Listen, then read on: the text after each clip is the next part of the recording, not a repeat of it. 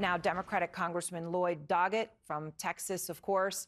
So, Congressman, can I just start with the fact that I know we're 5 days in. I know they haven't found someone since Friday, but they are still search and rescue. They are still desperately hoping for miracles, that they may find people alive among the 160 people known to be missing. What is the latest that you understand from briefings on the state of the search and those 160 missing people? Well, there are truly heroic efforts being made.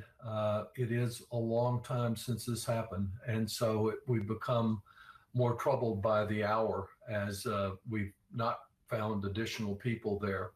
You know, this, Erin, this is, as your reports indicate, this is such a painful set of losses, and it's afflicting families all over Texas and far beyond. So many little kids who've been lost. And I just believe that with the technology we have these days, the loss is inexcusable to have a loss of this size. I think there were failures at the local, the state, and the federal level that contributed.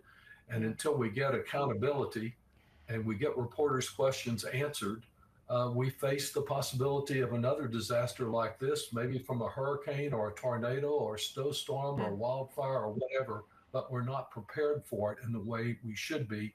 And there's not an adequate federal support for our local officials.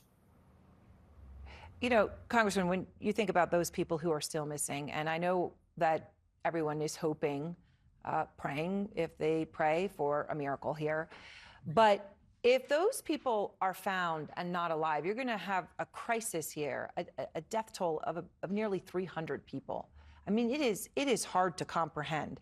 And so it is fair to ask questions as to whether those people had to die. The affiliate KSAT, our affiliate, is reporting, when you talk about those potential failures, about that Texas firefighter. And they are reporting that this firefighter called for a code red alert, called for that alert 90 minutes before it was actually issued, and called for it before the Guadalupe River had a surge. So before that hour in which it surged 26 feet. The firefighter said the Guadalupe Schumacher sign is underwater on State Highway 39. Is there any way we can send a code red out to our residents asking them to find higher ground or stay home? 4:22 a.m.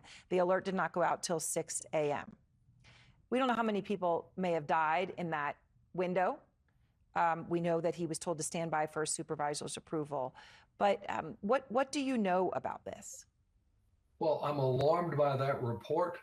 But I'm also alarmed by the fact that by 4:22, I think cabins were floating down the river from Camp Mystic and some of these other folks that were so harmed by this. And I'm troubled that there weren't sirens along the river, that emergency plans didn't seem to be implemented anywhere along that river. And I'm also concerned that the first report for an actual warning was not delivered from the National Weather Service until 1:14 in the morning, when much of the county was asleep, and the emergency not until about the time of that code red you referred to, after 4 o'clock in the morning.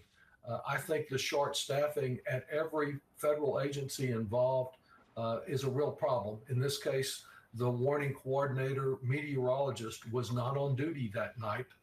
That was one of the vacancies. They had almost 1 out of 4 officials vacant there. And we have similar problems that CNN has disclosed concerning FEMA that are really bothersome here. So whether it's federal or it's a volunteer firefighter and the failure to respond at the local level, or the fact that the state didn't fund sirens for the area, all of these contributed, and we need to get to the bottom of it, or we will have another catastrophe of this magnitude. Well, I'd hope it'd be something everyone could agree on, regardless of what role they played, what their party may be, Exactly. that those answers are needed. Because if lives could have been saved, something needs to be done to make sure that that would never, ever happen again. Congressman, thank you so much. Thank you.